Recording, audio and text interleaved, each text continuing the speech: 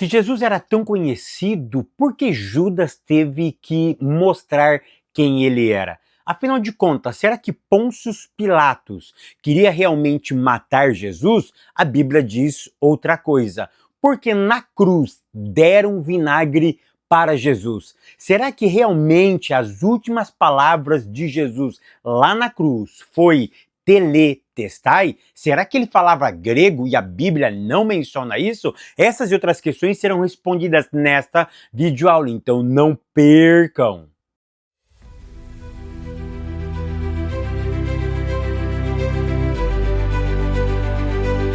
A paz, queridos, que bom estarmos aqui novamente no nosso programa semanal da Escola Bíblica Dominical para darmos sequência à nossa série de estudos bíblicos baseado no Evangelho de João. E hoje chegamos na lição de número 12, que tem como título Do Julgamento à Ressurreição de Jesus. Afinal de contas, se Jesus era uma pessoa conhecida, por que Judas precisou mostrar quem era o Cristo? Será que Pôncio Pilatos queria realmente matar Jesus?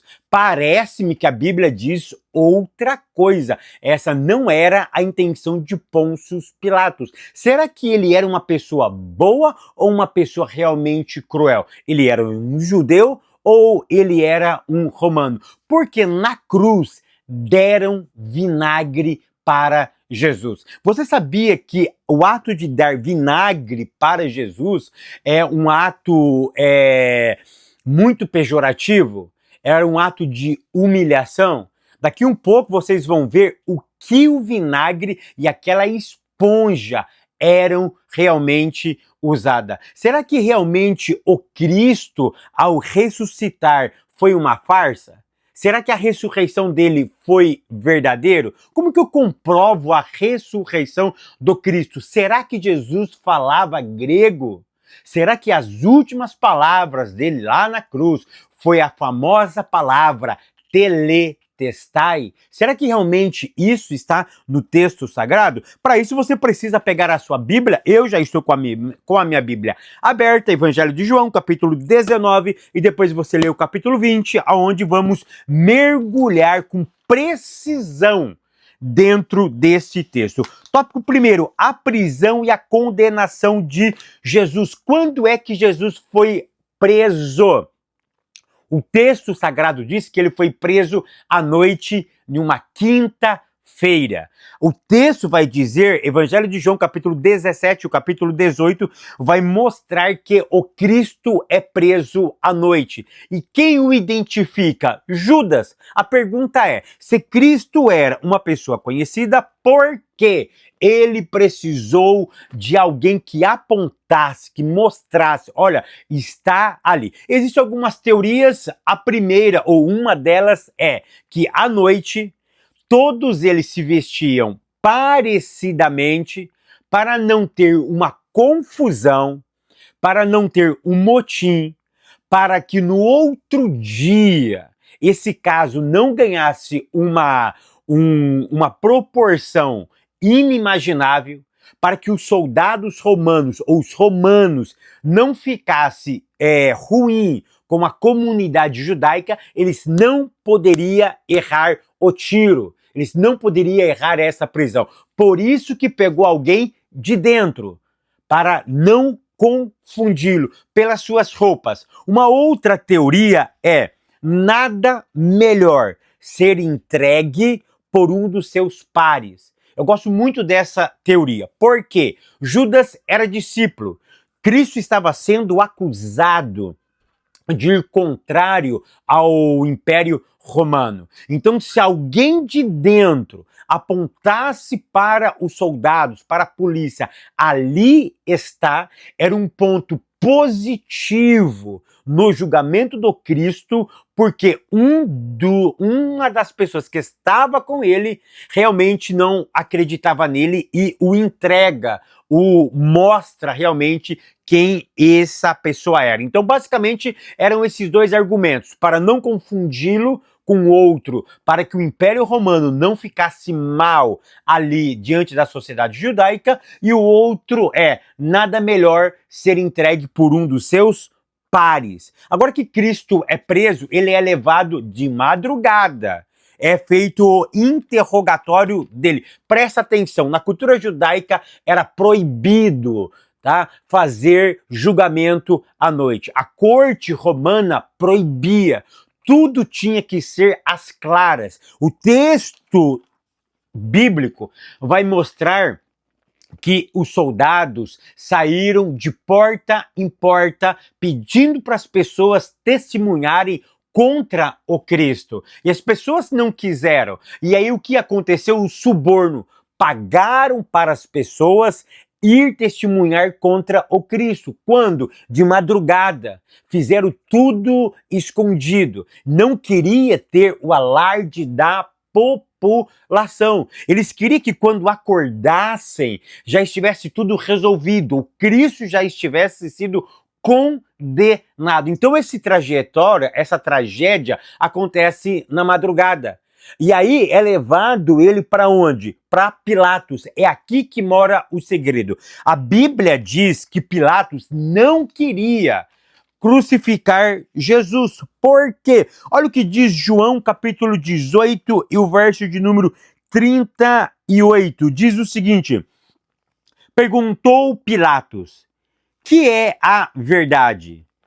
Tendo dito isso, voltou a falar com os judeus e disse-lhe, não acho nele crime algum.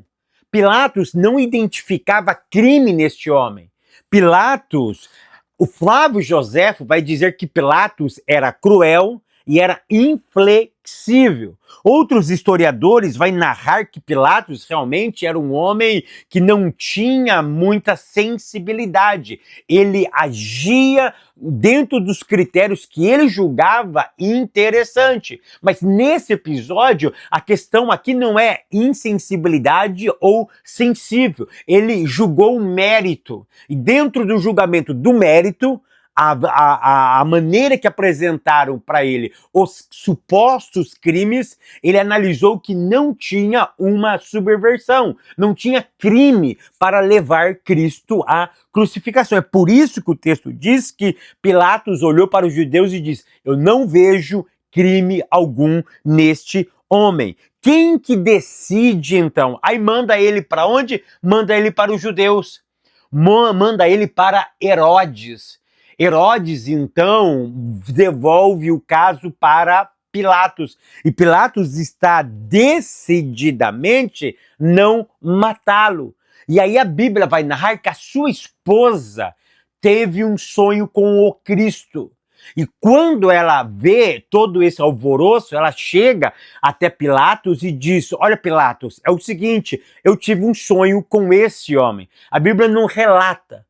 Simplesmente João vai relatar que a informação que ela dá é que o sonho dela deixou ela perturbada.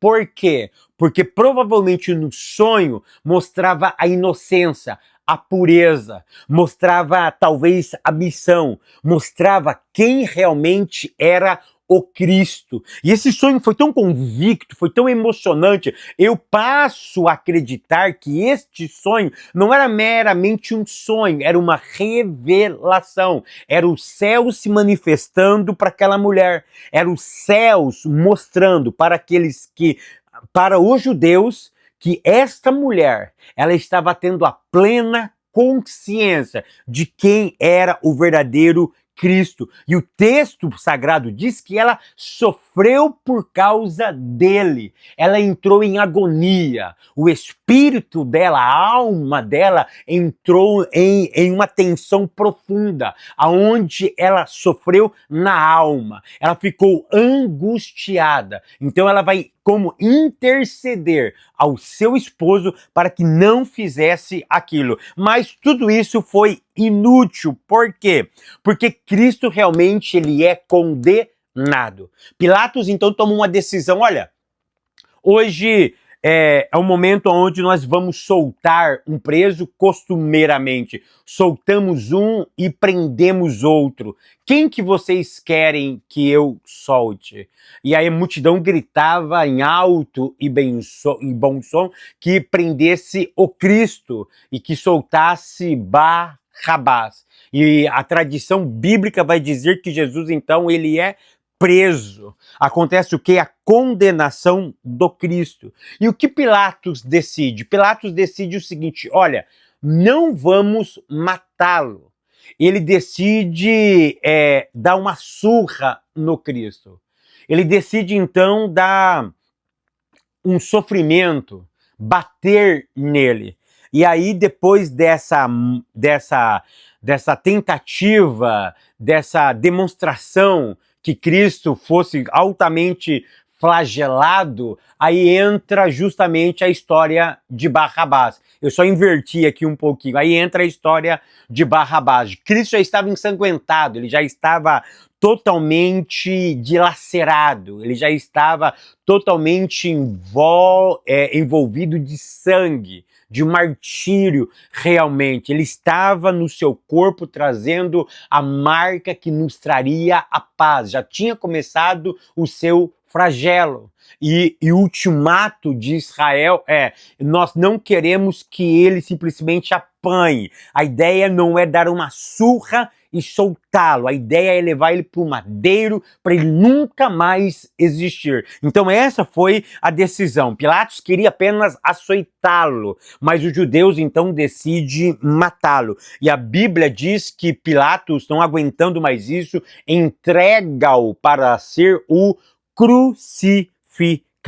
Aí agora começa a trajetória de Jesus sendo levado até ao Calvário. Que horas que Cristo chega no Calvário? Digita aqui para mim nos comentários.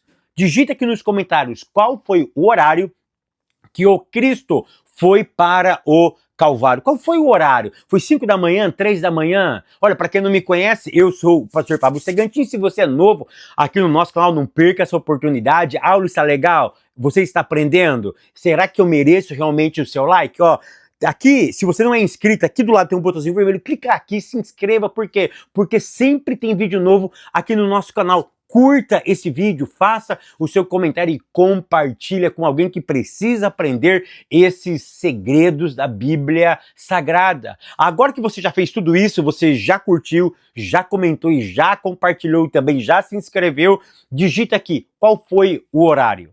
O texto sagrado vai dizer que Cristo é levado ao Gólgota, ele é crucificado, presta atenção, Cristo é crucificado 9 horas da manhã. É isso que você precisa entender. 9 horas da manhã ele é crucificado. Ao meio-dia acontece algo inédito. O quê? Da meio-dia até a sua morte, a Bíblia diz que houve trevas sobre a face da terra. Era como se o sol escurecesse e como se fosse meia-noite. Realmente um breu entrou em Jerusalém. Era o céu se manifestando indignamente contra aquele ato. A natureza estava revoltada, que o Cristo estava sendo crucificado, que o Cristo estava sendo morto e as pessoas não estavam percebendo que ele era realmente o Cordeiro de Deus. E aí Cristo ele é colocado às 9 horas da manhã, na onde? Num lugar chamado Gólgota. E Gólgota era um lugar de criminoso, não era um lugar de benfeitores. Ali era um lugar de vergonha, um local onde as pessoas que cometiam crimes bárbaros era levado, porque o ponto mais alto de uma condenação naquela época era a crucificação. E Cristo, então, é levado para um lugar de escárnio. E enquanto ele está ali, o que acontece? Uma das coisas, pega um vinagre, molha numa esponja e entrega para Jesus. Você sabe por que deram vinagre para Jesus? Lá no meu Instagram eu já falei um pouquinho sobre isso, mas aqui eu vou esmiuçar com mais detalhes. Por exemplo, as pessoas naquela época iam usar o banheiro e após tinha uma espécie de banco, debaixo desse banco tinha uma valeta e nessa valeta passava água e tinha ali reservado vinagre. E tinha as esponjas, era uma madeira, envolta tipo com um pedaço de pano, aonde você fazia suas necessidades físicas, você molhava ali, se limpava e depois colocava nesse vinagre. Para quê? Para tirar as bactérias, para outra pessoa usar. Olha o nojo, olha a coisa insensível, mas naquela época era dessa forma. Era como se fosse um papel higiênico usado. Então, quando pega vinagre e entrega para o Cristo, tem algumas teorias que eu já falei lá no meu Instagram, mas aqui eu quero focar em apenas uma dessas teorias. Era um ato de humilhação.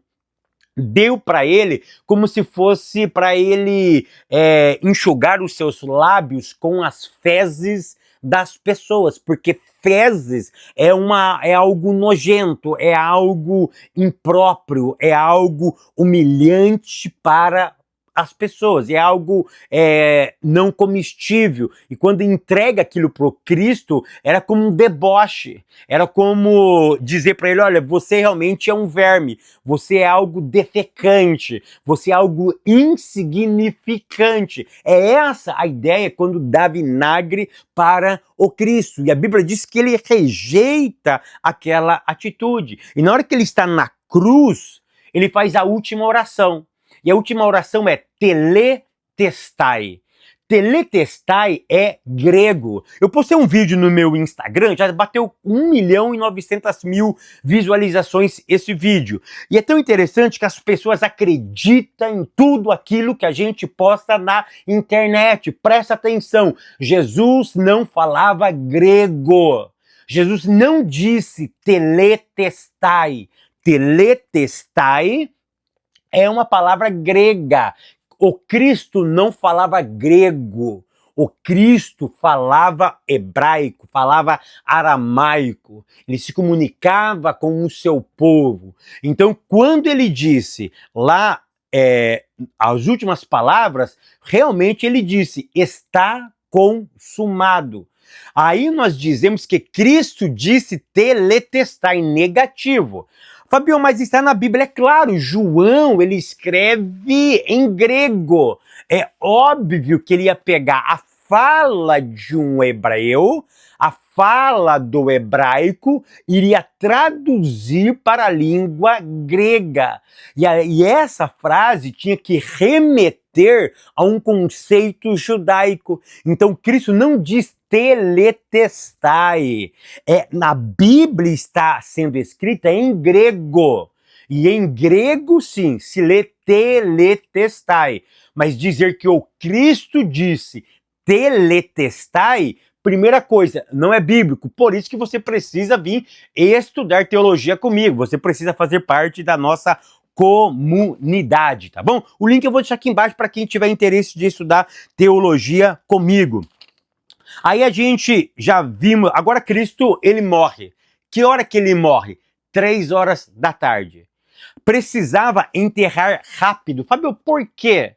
Tem que enterrar rápido os judeus, porque está na Bíblia. Dá uma lidinha em Deuteronômio, capítulo 21 e verso 23. Há uma instrução bíblica para que os judeus fossem enterrados no mesmo dia. E Cristo não tinha um túmulo. Esse túmulo agora é emprestado. José de Arimateia, um grande abastado, um seguidor do Cristo, naquele momento ele aparece e diz, não, ele vai ser sepultado no meu túmulo. E pega o Cristo e coloca ele ali. A Bíblia diz que Nicodemos, um grande amigo e discípulo de Jesus, traz as especiarias para ungir o corpo de Cristo, mas não deu tempo. Arruma-se ele e coloca no túmulo de José de Arimateia. Aí acontece o quê? Sábado, domingo pela manhã, as mulheres vão até o túmulo de Jesus. Quando chega no túmulo de Jesus, o que acontece? A Bíblia diz que o túmulo estava vazio. Anota esta informação. O anjo fez o quê? O anjo tirou a pedra para Jesus ressuscitar? Claro que não! Claro que não! Tem muitas pessoas que dizem, o anjo precisou tirar a pedra. Não! Por que o anjo tirou a pedra? Anota essa! O anjo tirou a pedra como uma demonstração pública de que alguma coisa tinha acontecido naquele local. Ele queria chamar a atenção, anota aí, ele queria chamar a atenção. Por isso que ele remove a pedra. Se ele não tivesse removido a pedra, ia demorar muito tempo para as pessoas perceber que o Cristo não estava mais ali. É por isso que as mulheres vão ao túmulo do Cristo para ungí-lo, mas é claro que elas não iam conseguir ungir, tinha uma pedra ali. E essa pedra precisava de homens para remover. Somente se alguns homens conseguissem remover essa pedra, supostamente, provavelmente essas mulheres não iam conseguir fazer isso, mas elas foram com a intenção de ungir o corpo do Cristo. Por que ungir? Porque é uma forma digna de morte. É uma valorização da pessoa que morreu.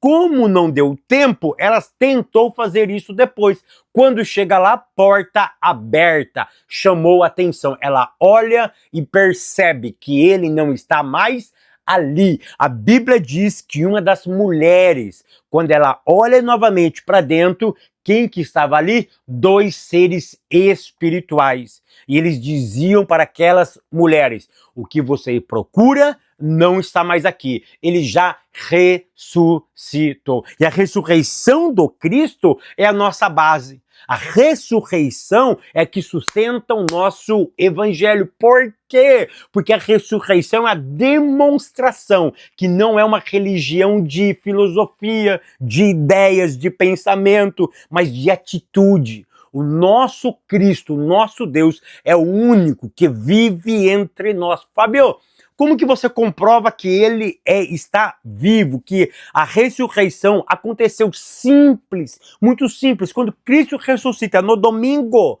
quantos dias ele fica aqui ainda na terra? Você se lembra? Fala aqui para mim nos comentários. 40 dias ele ficou perambulando aqui. E a Bíblia diz que muitas pessoas viram ele aqui. Quando, nesses 40 dias que ele ficou aqui, no último dia, no 40º dia, quando ele foi ser assunto ao céu, a Bíblia diz que uma grande multidão o viu. Perceba uma coisa, uma mentira não consegue perdurar por muito tempo. Todas as mentiras que foram levantadas como verdade, hoje, como são descobertas que era uma mentira, virou um mito, por exemplo. Várias coisas, história do Saci Pererê, mula sem cabeça, o homem foi na lua, várias outras coisas, nós já entendemos que aquilo ali é uma invenção humana, é um mito, é uma inverdade. Mas a ressurreição do Cristo não. A ressurreição do Cristo foi vista e ouvida por milhares e milhares de pessoas. Não foi simplesmente um pequeno grupo que viu ele ser assunto ao céu. O texto vai dizer que cerca de 500 pessoas, uma multidão viu ele ser assunto ao céu. E aquilo proliferou, aquilo ganhou uma visibilidade, aquilo correu as redes sociais da época de Jesus. O Instagram estava bombando, o TikTok bombou, o Facebook bombou e todo mundo dizia: ele não está mais ali, ele já ressuscitou. Ou seja, isso do Cristo ressurreto é a nossa verdade, é a base do nosso cristianismo. Que o Eterno continue te abençoando, te prosperando. Te espero no próximo vídeo, querendo Deus.